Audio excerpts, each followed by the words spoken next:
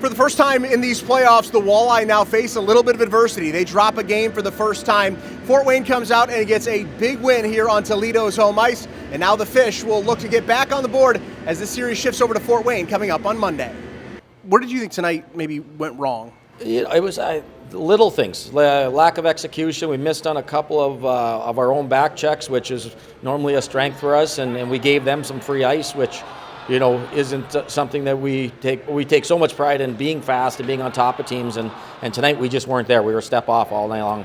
There were some frustrated guys following the game. Do you like to see that frustration with the way things went tonight? That's natural with hockey players. I mean, nobody wants to be embarrassed in front of their own fans like we just were, and so. But I trust that locker room to calm themselves down and focus on what needs to take place on Monday.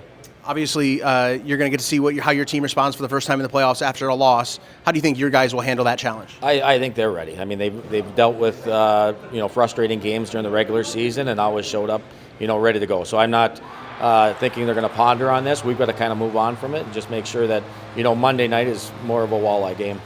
How frustrating was tonight for you guys? For sure. I mean, obviously when you kind of lay an egg on home ice, especially in the playoffs, it just it's a little bit embarrassing.